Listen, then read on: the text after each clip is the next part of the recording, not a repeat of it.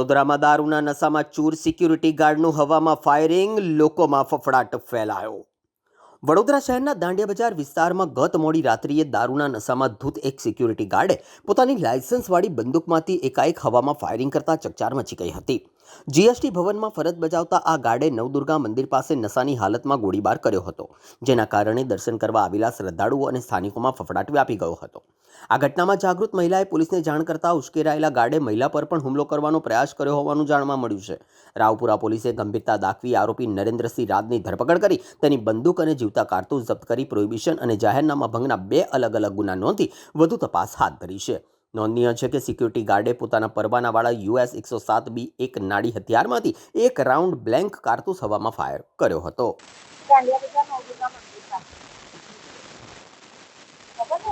દર્શન કરવા આવ્યો તો દર્શન કર્યા એને અને પછી એને એકદમ શું થયું તો ગન ફાયરિંગ કરવા લાગ્યો। એ ક્યાં જ હતી? મંદિર પાસે જ હતી। એ મંદિર પાસે જ એને ફાયરિંગ કરી અને પછી પોલીસ ચોકીમાં મતલબ જ્યારે હું ગાડી બોલાવી 112 નંબર પર ફોન કરીને તો ગાડીની અંદર પણ એને મારી પર હુમલો કર્યો। ખબર નહીં એને શું હતું। અને પછી એ પોલીસ ચોકીમાં જ્યારે એને પૂછતાછ કરી ત્યારે એવું બોલતો હતો કે હું ડિપ્રેશનમાં છું। કઈ ડિપ્રેશનમાં છે એ નહીં ખબર। એટલે થોડો સાયકો લાગે છે। ના, આજે હું પહેલી વાર જ એને જોયો છે। પહેલા ઉપર કરી અને 2 નીચે કરી એટલે 3 થાય। ના, એ લોકોને તો મોહલ્લામાં બધાને એવું લાગ્યું કે કોઈ ફટાકો ફોડ્યો છે, પણ જ્યારે હું પાછળ ફરીને જોયું ને ત્યારે ફાયરિંગ મેં એના હાથમાં ગન જોઈ ને તો બી ગઈ, તો હું એની પાસે પણ ગઈ, પણ એને છે ને મારી પર હુમલો કર્યો। એટલે ગન તો એને નીચે નાખી દીધી, 2 ગોળીઓ નીચે પડી હતી ને એ પણ હું ઉચકીને પોલીસવાળાને આપીને ગન પર।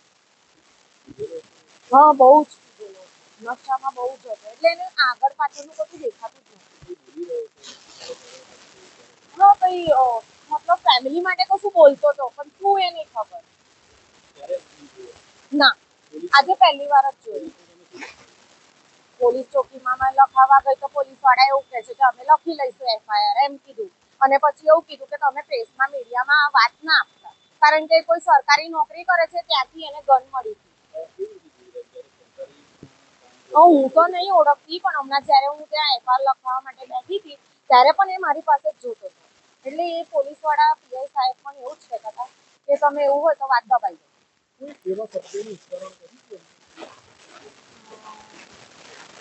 એની વાઈફ માટે તો શું બોલતો હતો ખબર નહીં શું। હા, એમને એવું કીધું।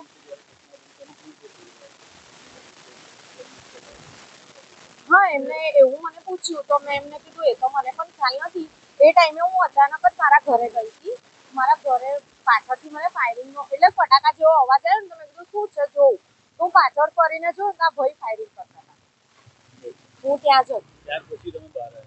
ના, એટલે હું ત્યાં જ હતી, બહાર જ હતી, હું અંદર નહોતી ગઈ, ખાલી બૂમ પાડવા માટે આમ ઉપર જોતી હતી। પછી પાછળ ફરીને જોયું તો આ ભાઈ ગન કાઢીને ફાયરિંગ કરતા હતા।